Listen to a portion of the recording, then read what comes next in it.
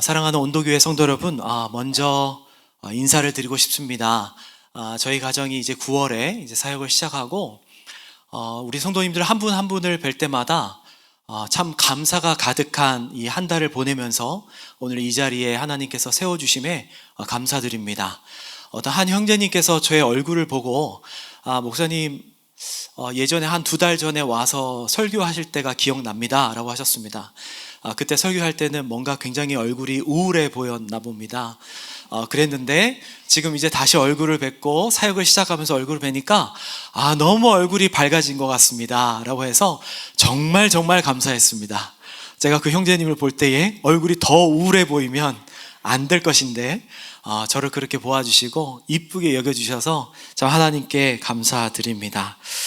한 분 한 분 성도님들을 만나고 눈을 맞추고 그 모든 만남의 시간을, 이 신앙의 여정을, 그 믿음의 신앙 공동체 안에서 함께 이 신앙의 길을 걸어간다라는 것은 너무나 복이 된다라는 것을 고백할 수밖에 없습니다. 이렇게 귀한 신앙 공동체와 함께 하나님을 예배할 수 있도록 인도하신 우리 선하신 하나님을 우리 주 예수 그리스도의 이름으로 간절히 감사드리며 영광 올려드립니다. 자, 오늘 저희는 바로 이 하나님께서 저희에게 마련해 주신 거룩한 예배의 자리에 부름을 받았습니다. 믿으십니까? 아멘. 아멘이 크게 나와야 되는데요. 저희는 하나님의 부르심 앞에 나와 있는 줄 믿습니다. 아멘. 위대하시고 창조주이신 우리 하나님께서 피조물인 저희를 만나주시고요, 오늘 말씀을 통해서 하나님의 음성을 들려주시고 그 하늘의 은혜를 부어주시는 이 신비로운 자리에 저희를 초대하신 겁니다. 그럼 위대한 하나님의 부르심 앞에서 저희는 어떻게 반응해야 할까요? 저희는 황주 목사님께서 시작하신 다시 예배로 시리즈를 지나가고 있고, 오늘 4번째 기도로 반응하는 예배로 그 고백으로 함께 나와 있는 것입니다. 저희의 마음과 삶을 들여서 어떻게 하나님께 우리의 그 사랑을 고백할 수 있을까? 오늘 성경을 보니 성경이 가르쳐주는 가장 근본적인 진리라는 것은 바로 기도가 하나님께서 마련해 주신 이 예배에 대한 저희의 가장 정직한 고백이자 살아있는 반응이라는 것입니다. 기도는 단순한 무언가를 구하는 저희의 행위를 넘어서서요, 하나님의 하나님 되심을 인정하는 예배의 시작이고 저희의 반응입니다. 하나님의 부르심과 그 풍요로움 앞에서 저희가 그렇게 반응되어질 때에, 저희가 그 고백과 믿음의 반응으로 함께 나아가질 때에 비로소 저희의 예배는 생명을 얻게 되는 것입니다. 바로 이 관점에서 오늘 저희는 기도를 통해서 각자 나의 신앙이라고 하는 집을 짓고 있는 영적인 건축자들로 이 자리에 함께 서 있습니다. 저희가 어떻게 서 있다고요? 영적인 건축자들로 서 있는 것입니다. 이 집은 단순한 피난처가 아니라 우리 하나님을 만나는 예배의 처소가 되고 저희의 삶을 드리는 기도의 성전이 됩니다. 그래서 저희는 오늘 정직한 마음으로 예배 자리에서 말씀을 마주하면서 나 자신에게 스스로 질문을 던지는 겁니다. 어떠한 질문을 던질까요? 나의 신앙의 집은, 나의 예배의 처소는 지금 안녕하십니까? 라는 질문을 던지게 됩니다. 우리 옆에 계신 우리 사랑하는 형제 자매를 보면서 한번 이렇게 인사했으면 좋겠습니다. 딱 줄여가지고요, 안녕하십니까? 라고 한번 인사해 볼까요? 우리 한번 얼굴을 보시면서 안녕하십니까? 인사했으면 좋겠습니다. 그 안녕하십니까? 라고 하는 인사 안에는 무엇이 들어있다고요? 나의 신앙의 집은, 나의 예배의 처소는 안녕하십니까? 겉보기에는 사실 저희는 아무 문제가 없어 보일 수도 있습니다. 왜 그렇지요? 주일 성수라고 하는 이 외벽이 잘 칠해져 있고요, 무언가 이 봉사라고 하는 뭔가 그 집 주위로 예쁜 정원도 가꾸어 있을지도 모르는 겁니다. 그러나 집의 진짜 견고함은 무엇일까요? 바로 그 집을 구성하고 있는 눈에 보이지 않는 기초와 기둥에 달려있더라는 겁니다. 저희가 스스로 한번 질문을 해보는 것이죠. 만약 그 신앙의 집에 예기치 못한 폭풍우를 몰아친다면, 그 폭풍우를 마주한다면, 광계의 지진이 땅을 흔들고 있다면, 혹은 거센 비바람이 몰아치고 들이닥칠 때에 과연 나의 신앙의 집은 굳건히 서 있을 수 있는가라고 하는 질문을 던지게 되는 겁니다. 아니면 작은 비바람에도 흔들리고 겉은 화려해 보이지만 혹 여기저기 그 신앙의 예배의 처소에 균열이 보이고 있는 것은 아닌지. 그럼 왜 그럴까? 저희의 신앙이 흔들리는 이유는 무엇일까? 그 이유의 답을 찾아보니 예배가 힘을 잃는 이유는 바로 기도라고 하는 그 기초와 기둥이 부실하기 때문이더라는 겁니다. 성도님들 동의하십니까? 기도가 신앙생활의 필수 요소임을 저희는 압니다. 그런데요, 저희는 너무 바쁜 거예요. 너무 바쁩니다. 분주합니다. 바쁜 하루를 지나가면서 저희는 늘 피곤합니다. 피곤한 게 저만 그런 거 아니겠지요? 피곤한 겁니다. 바쁜 하루를 지나가면서 늘 무언가 쫓기는 것 같습니다.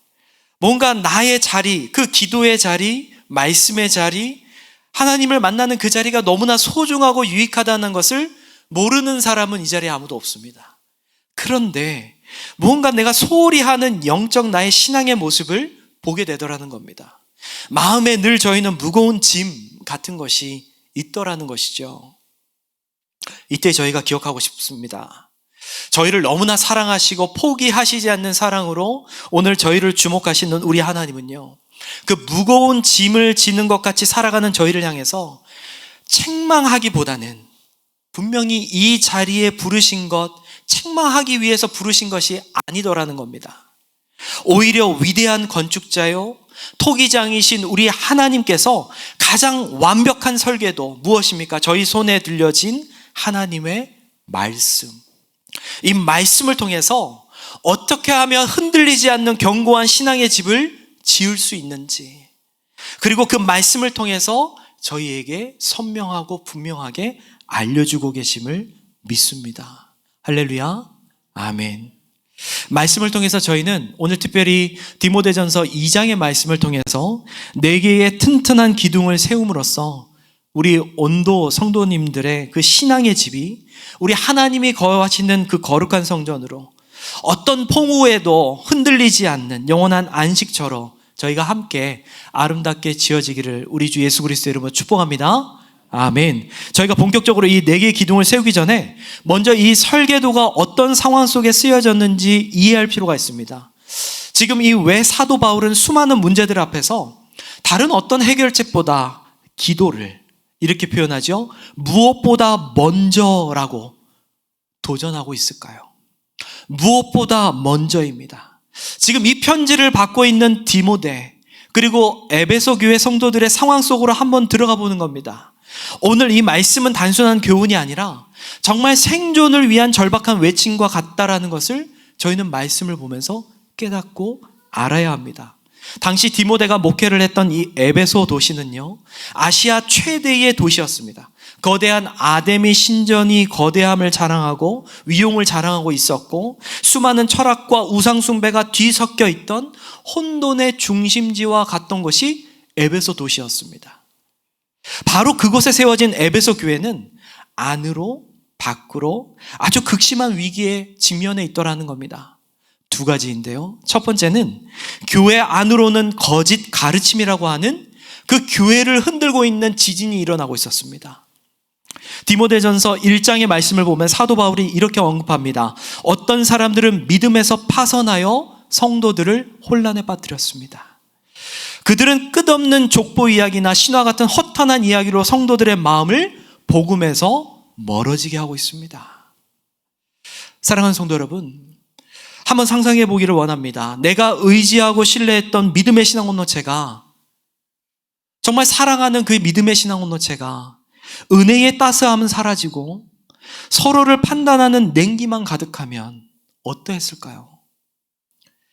명확한 진리가 주는 시원함이라는 것은 간데 없고 온데 없고 거짓 가르침이라고 하는 열병으로 교회가 들끓고 있더라는 겁니다. 진리라고 믿었던 것들이 흔들리고요, 형제요 자매라고 부르고 있던 그 성도들 사이에 논쟁과 다툼이 끊이지를 않고 있는 겁니다. 그 상황 속에 있을 때에 얼마나 그 성도들은 두렵고 막막했을까요? 이것이 젊은 목회자 디모데가 마주한 현실이었습니다. 두 번째는 교회 밖으로는 로마 제국이라고 하는 거대한 폭풍우가 교회에 몰아치고 있었습니다. 당시 황제는 저희가 너무나 잘 알고 있는 악명 높은 네로였습니다. 당시 대규모 박해가 본격적으로 시작되지는 않았지만 기독교인들을 향한 그 의심의 눈초리와 사회적 압박은 점점 더 거세지고 있더라는 겁니다. 이러한 상황 속에서 지금 바울은 교회를 향해서 무엇을 도전하고 있는가? 왕들과 높은 지위에 있는 모든 사람을 위해서 기도하라고 하고 있습니다. 어떻게 하라고 한다고요? 왕들과 높은 지위에 있는 모든 사람을 위해서 기도하라. 이 말씀은 마치 오늘날 저희가 대통령이나 위정자들을 위해 기도하는 것과는 뭔가 차원이 다른 이야기이겠지요. 언제 자신들을 핍박할지도 모르는, 목숨이 위협받고 있는 이 상황 속에서 심지어 자신을 신으로 숭배받기를 원하는 그 권력자 앞에서 기도하라라고 하는 이 도전의 말씀은 당시 성도들에게는 정말 이해하기가 힘든 목숨을 건 순종이었더라는 겁니다. 이처럼 에베소 교회는 안으로는 영적인 혼란으로 무너져 내리고요, 밖으로는 세상의 압박으로 질식할 것 같은 이중의 고통 속에 있는 겁니다. 바로 이 절체절명의 위기 속에서 지금 사도 바울은 그의 영적인 아들 디모데를 향해서 편지를 써내려가고 있습니다. 그리고 그의 첫 번째 도전은 디모데여, 더 나은 전략을 세우라. 이것도 아니고요, 거짓 교사들과 논쟁해서 이겨내라, 승리해라 라고 하는 것도 아니더라는 겁니다. 지금 사도 바울이 영적인 아들 디모데를 향해서 도전하고 권면하는 것은, 명령하는 것은 함께 같이 선포해 주시겠습니까? 무엇보다 먼저, 우리 한번 크게 선포했으면 좋겠습니다. 무엇보다 먼저 기도하라. 아멘이십니까? 아멘. 무엇보다 먼저 기도하라였습니다. 혼돈이 클수록, 문제가 클수록, 복잡해질수록 가장 기본으로 돌아가자라는 겁니다. 인간적인 방법으로는 해결하려 발버둥 칠수록 더 깊은 수렁에 빠질 수밖에 없으니 하늘의 문을 여는 열쇠인 기도를 붙잡으라 라고 도전하고 있습니다. 오늘 저희가 마주한 현실도 에베소 교회와 크게 다르지 않습니다. 교회 안팎의 여러 문제들로 마음이 어렵습니다. 세상의 가치관들 속에서 신앙을 지켜낸다라는 것이 매우 버거움을 느끼는 그러한 시즌이요, 그러한 때를 저희는 함께 지나가며 주어진 하루를 살아가고 있습니다. 바로 그런 저희를 향해서 살아계신 하나님의 말씀은 2000년이라는 시간을 넘어서 동일하게 저희에게 말씀하고 계시는 겁니다. 어떻게 말씀하십니까? 무엇보다 먼저 기도하라 라고 말씀합니다. 무엇보다 먼저 기도하라. 하나님의 말씀을 순종으로 받는 우리 온도 모든 형제 자매가 되기를 주님의 이름으로 축복합니다. 아멘. 저희의 신앙의 집을 다시 세울 4개의 기둥을 함께 세워갈 것인데요, 오늘 본문 1절에서 사도 바울은 신앙의 집을 짓는 4가지 핵심 기둥을 저에게 보여줍니다. 먼저 디모데전서 2장 1절의 말씀입니다. 제가 읽겠습니다. 그러므로 나는 무엇보다 먼저 모든 사람을 위하여 간구와 기도와 중보기도와 감사를 드리라고 그대에게 권합니다. 아멘.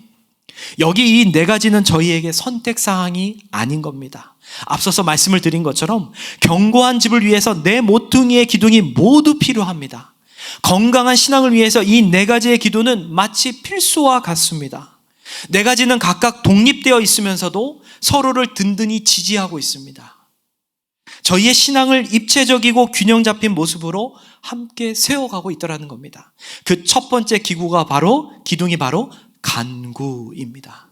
첫 번째 기둥, 간구. 바로 정직의 주춧돌이라고 말을 할 수가 있습니다. 모든 건축은 땅을 깊게 파고 그 주춧돌을 쏟는 것부터 이제 시작이 되죠. 간구는 바로 이 신앙의 집을 세우는 정직의 주춧돌 기둥과 같더라는 겁니다. 이것은 나의 지혜, 나의 경험, 나의 능력이 아니라 오직 하나님의 일하심, 그 하나님의 도우심 위에 나의 인생의 집을 짓겠다라고 하는 믿음의 선포와 같습니다. 나의 삶의 주권이 주님 나에게 있지 않습니다. 바로 우리 하나님께 있습니다 라고 하는 겸손의 고백이더라는 겁니다. 강구는 내 안에 가장 깊은 절박과 그 정직한 마음으로 하나님 앞에 나아가는 기도입니다. 그래서 나의 연약함, 나의 한계, 나의 죄악 그 모습을 그저 아무런 가식 없이 있는 그대로 가지고 나아갑니다. 그리고 하나님께 가지고 나와서 이렇게 고백을 하는 겁니다. 하나님, 나의 힘으로는 할 수 없습니다. 하나님이 일하심을 믿습니다. 나의 힘과 능이 아닌 하나님의 도우심을 고백합니다 라고 부르짖는 것입니다. 제가 좋아하는 목사님 그분의 책 복음으로 산다라는 책에서 기도를 이렇게 표현하시더라고요. 진정한 기도는 하나님을 바꾸는 것이 아니라 있는 모습 그대로의 나를 하나님 앞에 정직하게 드러내는 시간입니다. 아멘입니다. 저희의 강구는 하나님을 설득하여서 내 뜻을 관찰시키는 시간이 아니라 나의 절박함을 통해서 오히려 그 기도를 통해서 나의 진짜 참된 모습을 발견하는 시간이 되는 겁니다. 그런 나를 받아주시는 하나님의 은혜 앞에 저희가 함께 서 있더라는 겁니다. 하나님은 나의 유창한 언변, 논리적인 설득을 기대하고 있는 것이 아니라 상한 심령으로 터져나오는 정직한 눈물을 기다리고 계시는 우리의 아버지 되시는 하나님이심을 믿습니다. 예수님께서 겟세마네 동산에서 드리는 간구, 우리 성도님들 기억하시지 않습니까? 누가복음 22장 42절의 말씀에서 아버지, 만일 아버지의 뜻이면 내게서 이 잔을 거두어 주십시오. 그러나 내 뜻대로 되게 하지 마시고 아버지의 뜻대로 되게 하여 주시옵소서. 아멘. 간절함의 끝에서 우리 예수님은 자신의 뜻을 내려놓으십니다. 아버지의 뜻에 자신의 삶 전체를 복종시키십니다. 이것이 간구의 역설이지요.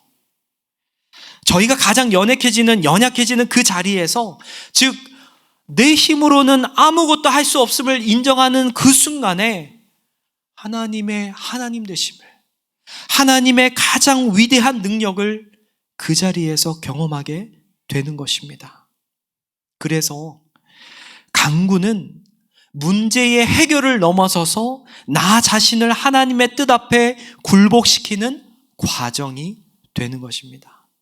우리의 간절함이라고 하는 이 망치를 들어서 내 자아의 단단한 돌을 깨뜨릴 때에 비로소 우리의 인생은 하나님의 뜻이라고 하는 반석 위에 굳게 세워짐을 믿습니다. 아멘.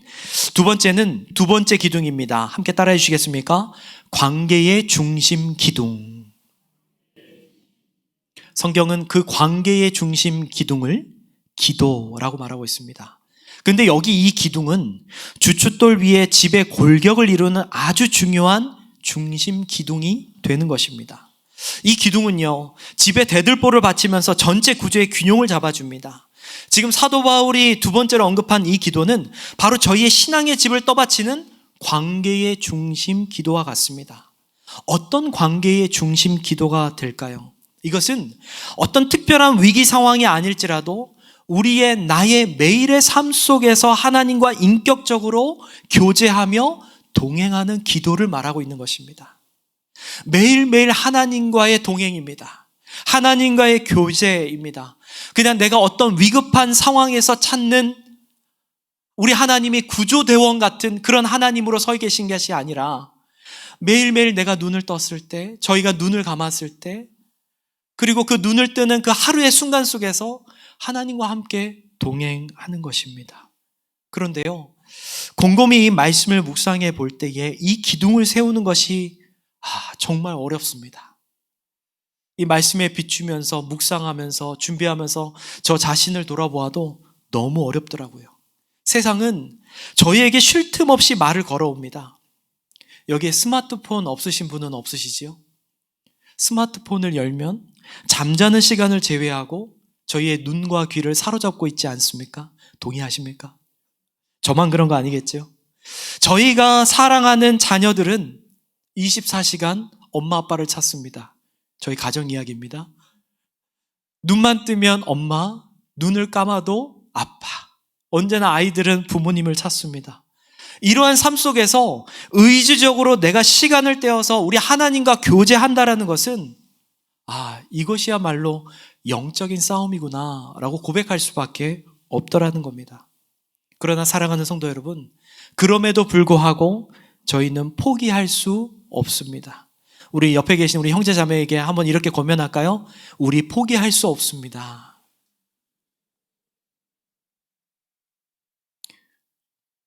유명한 광고 있지 않습니까?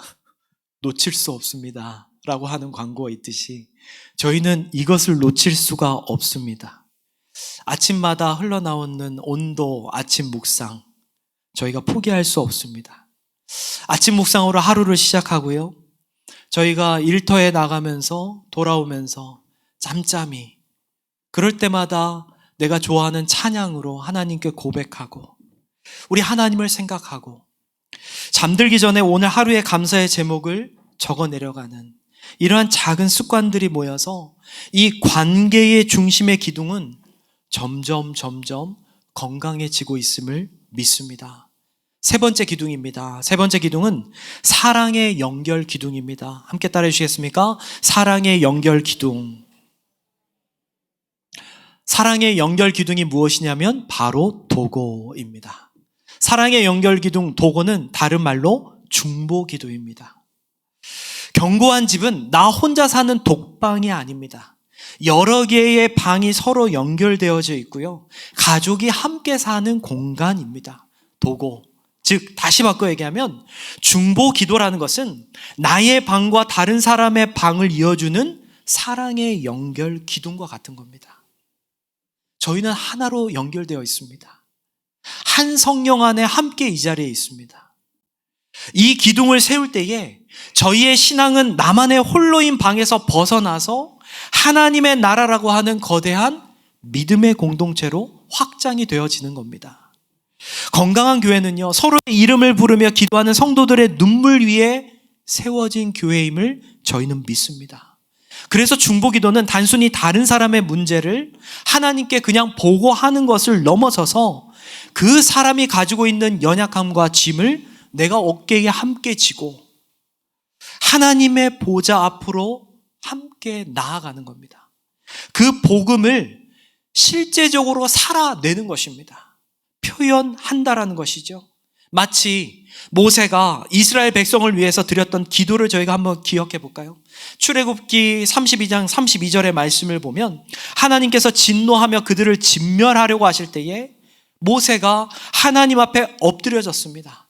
그리고 이렇게 고백을 하는 겁니다. 그러나 이제 그들의 죄를 사하시옵소서. 그렇지 아니하시오면 원하건대 주께서 기록하신 책에서 나의 이름을 지워버려 주시옵소서. 아멘. 다른 영혼을 위해 나의 가장 소중한 것까지 내어줄 수 있는 마음입니다. 이것이 바로 십자가에서 우리를 위해 중보하신 우리 주 예수 그리스도의 마음임을 우리 함께 믿음으로 받으시는 모든 성도가 되시기를 주님의 이름으로 축복합니다. 아멘. 하나님, 저 영혼의 아픔을 저도 함께 느끼게 하시고 그를 향한 하나님의 선하신 뜻이 이루어지게 하여 주시옵소서. 오늘 예배 가운데 저희 모든 신앙의 공동체의 기도의 제목으로 삼기를 원합니다. 할렐루야. 아멘. 네 번째 기둥입니다. 마지막 기둥 함께 따라 하시겠습니까? 영광의 지붕 기둥. 영광의 지붕 기둥, 바로 감사입니다. 감사. 마지막으로 집의 완성이고요, 하늘에 가장 맞닿아 있는 지붕을 올려야겠죠. 지붕은 비바람과 뜨거운 햇빛으로부터 집안을 보호하는 겁니다. 모든 구조물을 하나로 덮어서 완벽한 안식의 공간으로 만드는 것이죠. 바로 감사는요, 저희 신앙의 집을 완성하는 영광의 지붕 기둥과 같더라는 겁니다. 그것이 감사예요. 감사는 나의 상황을 넘어서 일하시는 하나님을 향한 우리의 믿음의 선포와 같습니다. 이것은 모든 기도의 마침표이고요, 하나님의 주권을 온전히 인정하는 우리의 최고의 믿음의 표현입니다. 감사의 지붕은 세 가지의 재료로 튼튼하게 지어져야 됩니다. 첫 번째는 순종이라는 재료가 있습니다. 두 번째는 사람을 향하는 마음이 있습니다. 세 번째는 가장 중요한 절대적인 하나님을 향한 신뢰요 믿음이라는 재료가 감사 안에 들어있습니다. 순종, 사람을 향한 마음, 하나님을 향한 믿음. 오늘 저희가 기억하고 싶은 단어입니다. 아직 무언가 내 눈앞에 상황이 해결되지는 않았습니다. 시원하게 내 상황이 열려진 것도 아닙니다. 내 눈앞에 상황은 무언가 깜깜할지라도 모든 것이 합력하여 선을 이루시는 우리 하나님의 일하심, 하나님의 주권, 하나님의 계획을 미리 감사하는 그 감사입니다. 하나님, 주님이 이루실 선하신 계획을 믿습니다. 저희가 감사로 나아갑니다. 사랑하는 성도 여러분, 오늘 저희는 이 말씀을 마주하면서 어떠세요? 지금 사도 바울이 영적인 아들 디모데에게 얘기하고, 그리고 2000년이 지난 말씀을 받고 있는 우리 온도교회를 향한 하나님의 말씀입니다. 그때 받을 때에 저희의 마음, 첫 번째 마음이 어떠실까요? 와, 이거를 내가 할 수 있을까? 와, 내가 당장 한 주 하루하루 삶 속에서 해야 할 일이 너무 많은데? 라고 부담감을 느끼실 수도 있습니다. 그런데요, 오늘 말씀의 핵심은 어떤 네 가지의 엄청난 도전과 숙제를 저희에게 던지고 있는 것이 아닙니다. 오히려 이 모든 것을 관통하는 하나의 위로와 초대가 있더라는 겁니다. 하나의 위로와 초대가 무엇인가? 바로 오늘 설교의 제목입니다. 우리 함께 선포할까요? 기도로 반응하는 예배. 설교의 제목이 답입니다. 기도로 반응하는 예배입니다. 이 말은요, 우리가 무언가 기도를 완벽하게 잘해야 한다는 의미가 아닙니다. 오히려 그 반대입니다. 나의 삶의 모든 순간이 하나님의 부르심에 기도로 반응할 수 있는 예배의 기회가 된다는 것을 잊지 마시기 바랍니다. 놀라운 복음이 우리의 삶을 통해 드러나는 그 기회가 저희에게 주어졌다는 것을 믿음으로 받으시는 모든 성도가 되시기를 축복합니다. 나의 삶이 너무 힘겹고 버거워서 한숨만 나올 때, 사랑하는 성도 여러분, 괜찮습니다. 정말 괜찮습니다. 그 정직한 한숨이 나의 무력함을 고백하는 하나님을 향한 간구의 반응이 될 수 있습니다. 특별한 일이 없는 평범한 하루를 내가 살아가는 것 같고, 어느덧 그 순간을 살아가면서 문득 하늘을 보면서 아주 잠깐이라도 우리 하나님을 생각할 때에, 그것이 바로 우리 하나님과 동행하는 일상 기도의 반응이 됨을 믿으시기 바랍니다. 수많은 아우성치는 세상 속에서 뉴스를 보며 한탄이 나오고 나의 마음에 절망이 들 때에, 그 순간에 내 마음속에 떠오르는 한 영혼의 이름, 그 영혼의 이름을 붙잡으시기 바랍니다. 그리고 그 이름을 우리 하나님께 올려드리십시오. 그것이 바로 이웃을 향한 도고, 중보 기도의 시작임을 믿음으로 받으시기를 간절히 축복합니다. 마지막으로 당연시 여겼던 저희의 작은 일상 속에서 모든 감사를 발견해낼 때에 저희의 삶의 일거수일투족 모든 것을 주관하시는 하나님을 인정하시는 그 감사의 반응으로 나아가는 온 성도, 우리 온도교회 모든 형제 자매가 되시기를 우리 주 예수 그리스도 이름으로 간절히 축복합니다. 이 시간에 그 고백과 마음을 가지고요, 우리 첫 번째 찬양 다시 한번 더 우리 하나님께 올려드리고 싶습니다. 기도는 저희의 삶을 드리는 반응입니다. 그런데 그 반응의 시간은 내일부터가 아닙니다. 교회를 떠나는 그 순간부터가 아닙니다. 언제부터일까요? 바로 지금 이 순간입니다. 지금 이 순간 저희는 하나님께 반응해야 합니다. 그리고 고백해줘야 됩니다. 그 고백과 마음을 주님께 올리시기를 원하는 성도님들, 그 자리에 함께 좀 잠시 일어나 주시겠습니까? 그리고 이 찬양의 고백을 우리 함께 좀 한 공동체로 주님께 올려드렸으면 좋겠습니다. 하나님의 은혜로 우리를 보듬어 주시고 하나님의 사랑으로 품어주시는 하나님의 그 풍요로움과 아름다움 앞에 우리 온도가 서 있습니다. 모든 성도가 함께 서 있습니다. 너무나 연약하고 너무나 부족하고 나의 마음도 지키지 못하는 이 모습 있는 그대로 우리 하나님 앞에 저희가 한 신앙 공동체로 나아갑니다. 그러나 우리 주님은 저희를 외면치 않으시고 불꽃과 같은 눈동자로 포기하시지 않는 그 사랑으로 오늘도 저희를 일으키시는 우리 하나님이심을 믿습니다. 7번 넘어져도 8번 일으키시는 우리 하나님, 주님을 저희가 바라봅니다.